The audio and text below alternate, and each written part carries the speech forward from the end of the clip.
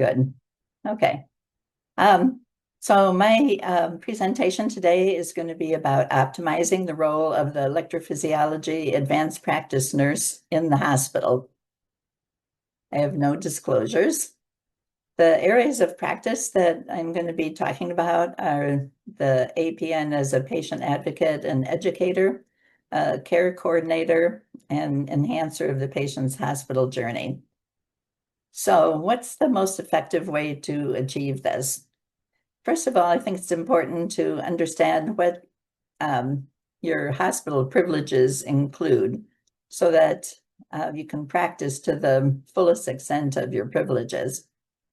And then having a good understanding of what the hospital offers in terms of services, how to use the medical record most efficiently, and how to schedule procedures efficiently will benefit your moving the patients through the hospital experience. And then electrophysiology patients often will have other comorbidities, such as renal, pulmonary, cardiac, and so on. So it's very important to coordinate services with other physicians and specialists and treat these patients together. So very unique role of the APN, I think, is that of patient education. The advanced practice nurse is in a good position to be able to spend time with the patient, get their confidence and determine their readiness to learn. We act as advocates for them, function as an empathetic listener, skilled in developing strategies that involve the patient's complete support system.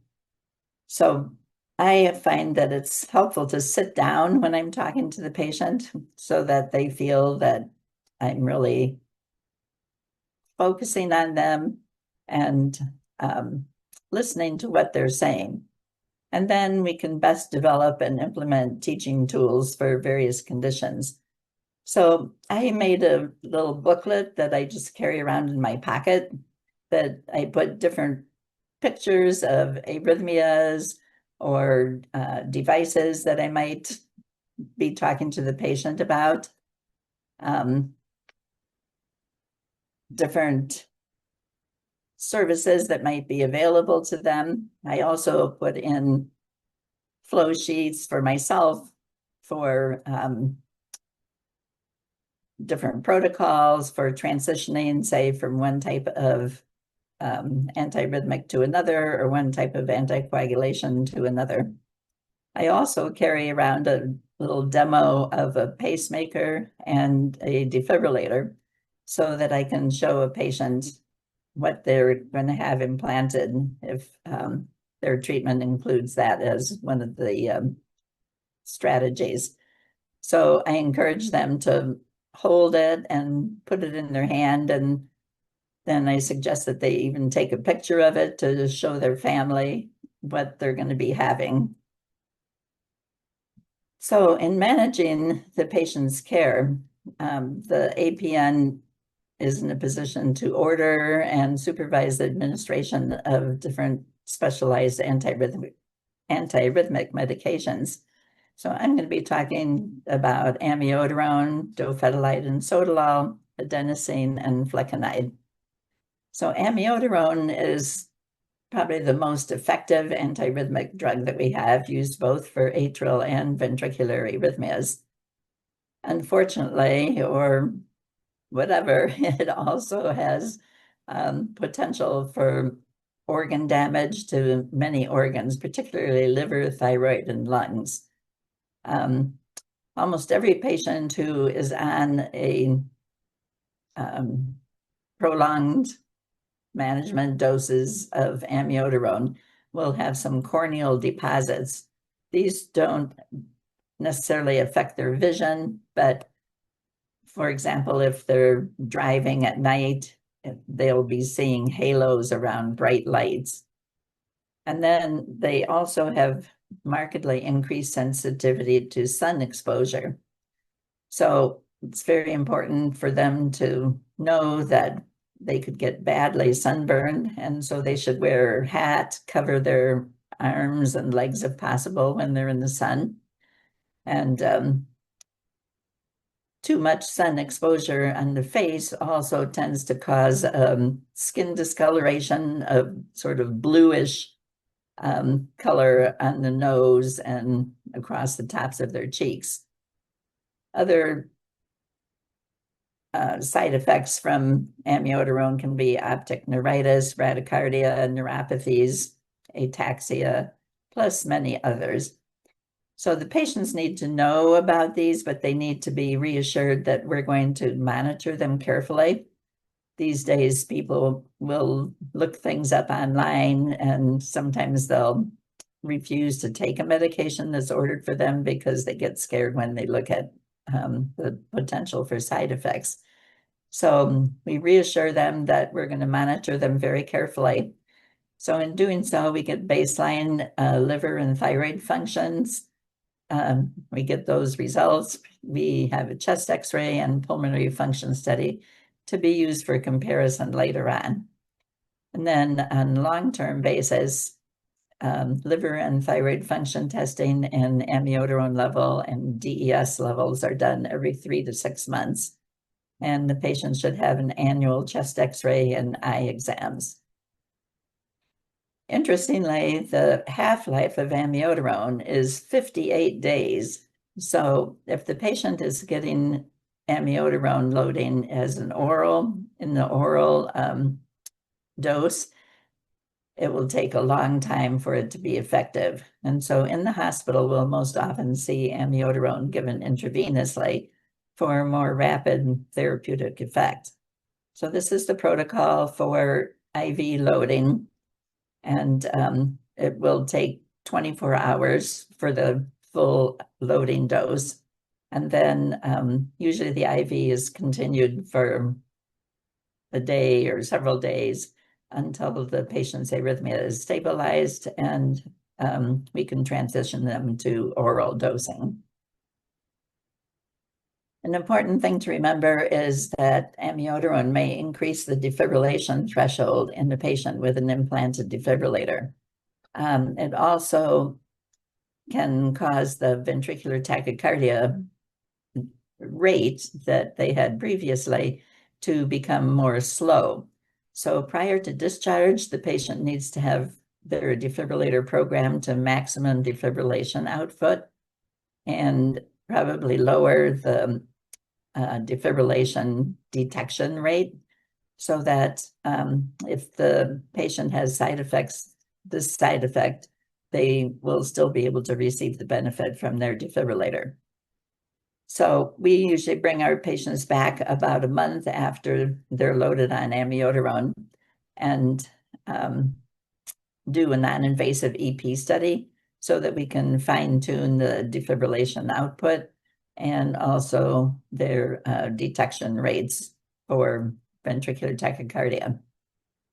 Another drug that we give for atrial fibrillation or atrial arrhythmias for an ongoing treatment protocol is dofetilide, which is a class 3C antiarrhythmic drug. It's dosed according to the patient's creatinine clearance. So prior to administration, we check the creatinine clearance and we normalize magnesium and potassium levels. The total loading protocol for this drug is 6 doses or 3 days of therapy. So during that entire time, the patient needs to be monitored in the hospital with continuous ECG so that we can detect any potential QT prolongation that may happen. So QT prolongation is the most significant side effect and sets the patient at risk for potential for developing torsades de pointes ventricular arrhythmias, which can be life-threatening. Other side effects which are not seen very often and are easily managed are headache and chest pain, not coronary related.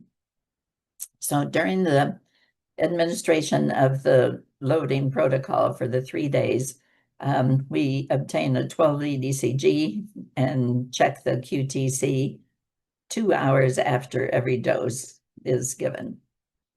So taxofen or dofetilide also interacts with many other drugs. So we want to make sure that we coordinate with the pharmacy and make sure that the patient is not on any antibiotic or antidepressant, antipsychotic, antifungals, some diuretics, which may interact with the medication and increase their risk for QT prolongation.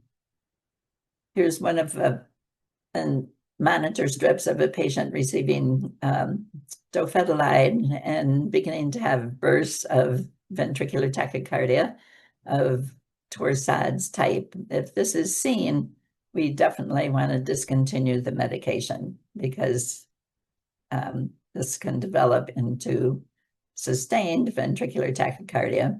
This particular Torsades de Pointes ventricular tachycardia is related to long QT. Here's an example of another patient receiving sotalol, which is another class 3C medication, and also tends to prolong the QT interval, setting the patient at risk for malignant ventricular arrhythmias. Sotalol may be given for atrial and ventricular arrhythmias. Another medication we use is adenosine, which is a drug used for termination of narrow complex tachycardias. Interestingly, at the other end of the spectrum, its half-life is less than 10 seconds. So when we administer a dose, I like to put a T-port or some similar device as close to the IV cannula as possible so that we can administer the medication and then follow it with a rapid bolus of normal saline, about 10 milliliters, which then assists in getting the medication to the heart as quickly as possible before its half-life ends. The initial dose that we start with is a 6 milligram dose, and then if the tachycardia does not convert, we can repeat it with a 12 milligram dose. So here's one of our patients who had a supraventricular tachycardia. This person was given adenosine 12 milligram IV dose at this point at the top of the screen. And its effect is that it blocks the AV node conduction and interrupts any tachycardia that is using the AV node as part of the circuit. So patients will often have a pause lasting up to 10 seconds or so. This is about 8, I believe. And then an escape rhythm, in this case, developed and then transitioned to sinus rhythm. Needless to say, patients don't feel very well when they have this pause. And so we need to make sure that they understand that that's something that they're going to experience and that it definitely is not going to last and that they will be watched carefully during that time. Another medication that is used is flecainide, which is a class 1C antiarrhythmic drug used for both paroxysmal atrial fibrillation and for serious ventricular arrhythmias. In the case of paroxysmal atrial fibrillation, the patient is given oral medication. We call it pill in the pocket.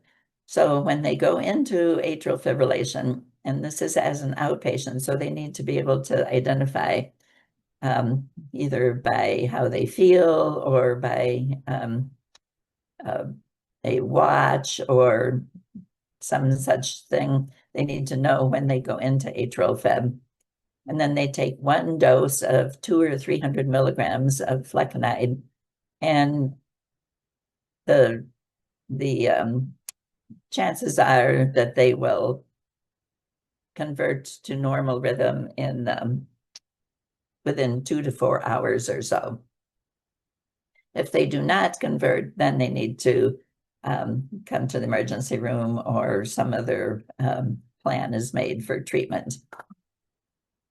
When it's used for ventricular arrhythmias as a long-term medication protocol, the drug may cause heart failure, and its main side effect to monitor is that it can cause marked prolongation of cardiac function, intracardiac conduction.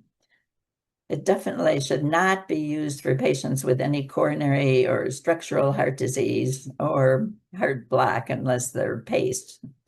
However, it was found in the initial studies about it in the CAST trial that the mortality rate was increased when the patients had coronary or structural heart disease. So consequently, it's mostly younger people that are getting flecainide. This was a patient who presented with flecainide toxicity, and this is not ventricular tachycardia. It's a supraventricular tachycardia, but just demonstrating this very, very prolonged intracardiac conduction from atrium to ventricles, and then intraventricular as well. Pretty scary looking. Another skill that the EP-APN needs to have is to be able to differentiate between ventricular tachycardia with or supraventricular tachycardias with wide QRS. One of the differential diagnoses that are very useful to look for is dissociation between the atrium and the ventricles. So in this strip, you can see ventricular tachycardia with P waves or atrial activity totally unrelated to each QRS. Another thing to look for is sometimes patients with ventricular tachycardia, wide QRS, will have concordance of the precordial QRS complexes. So in V1 through V6 here, we see that all the complexes have a negative orientation. And this would lead one to think that the tachycardia is ventricular in origin. A unique role of the APN practicing electrophysiology is that of device and evaluation. So patients with implanted cardiac devices like pacemakers and defibrillators, if the APN is familiar with evaluating intracardiac electrograms that are recorded and obtained from these devices, it's very helpful in diagnosing and then being able to treat these patients. If the nurse is familiar with multiple programmers as well, then any necessary interventions or reprogramming can be done in a very efficient manner. Many patients with devices, when they come to the emergency room, for example, the first thing is that everybody thinks something is wrong with their device. So it's very helpful for the APN to be able to identify what's actually happening, and then to coordinate with assisting physicians in treating the patient. It's good to be able to talk to the patient and understand, for example, if they got a shock, were they near syncopal before that, or did they have any other symptoms? This is important to know when the patient is who has ventricular tachycardia is wanting to drive. We want to know what their symptoms are when they get their tachycardia, and if the device will be able to intervene and get them back to sinus rhythm before they have syncope. Also, we should evaluate other things that might have made a change in their rhythm, which then causes their device to either give them a shock or do some other untoward intervention. So we look for bradycardias or changes in pacing thresholds, electrolyte imbalances. So these are all important things that can affect the function of the device. So here's an example of a download of intracardiac electrograms that the defibrillator in this case has stored from an event that the patient had. So at the beginning of the strip, you can see at the top the atrial electrogram and then the ventricular electrogram. In this case, it's biventricular pacing electrogram, and they are in sync with each other. And then you have sudden onset of fast ventricular rhythm, which is ventricular tachycardia. You can see that it's dissociated from the atrial rhythm, which the atrial rate goes on along at the same rate that it was before. So the defibrillator identifies that this is a fast ventricular rate. At the end of the middle strip, it starts giving a tachycardia pacing, anti-tachycardia pacing run, which does not terminate the arrhythmia.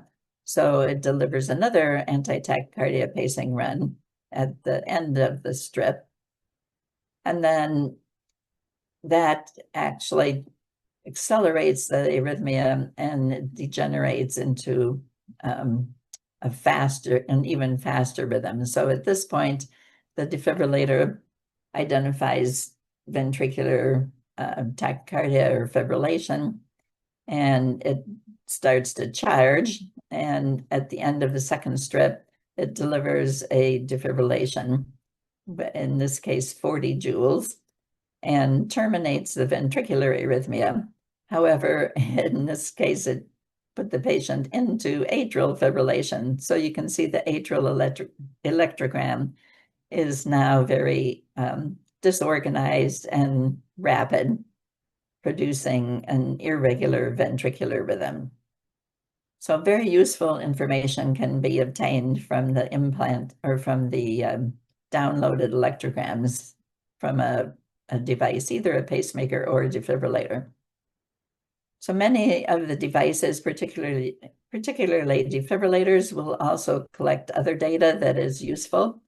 In this slide, for example, you can see it collects thoracic impedance with daily measurements of the impedance across the lungs. And then we can extrapolate that to information about possible fluid overload in the lungs. So if we monitor this on a regular basis, which they do in, say, a heart failure clinic, you can have an early indication that the patient is being overloaded with fluid and intervene before they become very symptomatic. So you can see in the top tracing, the patient went over threshold for fluid index, and an intervention was made, probably some diuretics, and the fluid overload was managed and patient was brought back to normal. Other data that's collected in the device is their activity levels per day. The heart rate histograms are also collected, which can be very useful in evaluating any symptoms that the patient may be having. And heart rate variability is also, or heart rate variability data is also collected.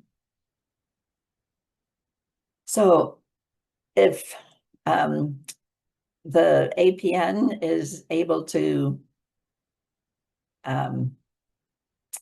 learn things and become very efficient in either electrophysiology or cardiac device knowledge, they can take an exam that's offered by the International Board of Heart Rhythm Examiners and then be able to demonstrate certified electrophysiology specialist and or certified cardiac device specialist or both. And these are important to document just to be able to show people that you do know what you're talking about, and it gives the patients and your coworkers confidence in your knowledge base. So thank you very much for your attention. Are there any questions?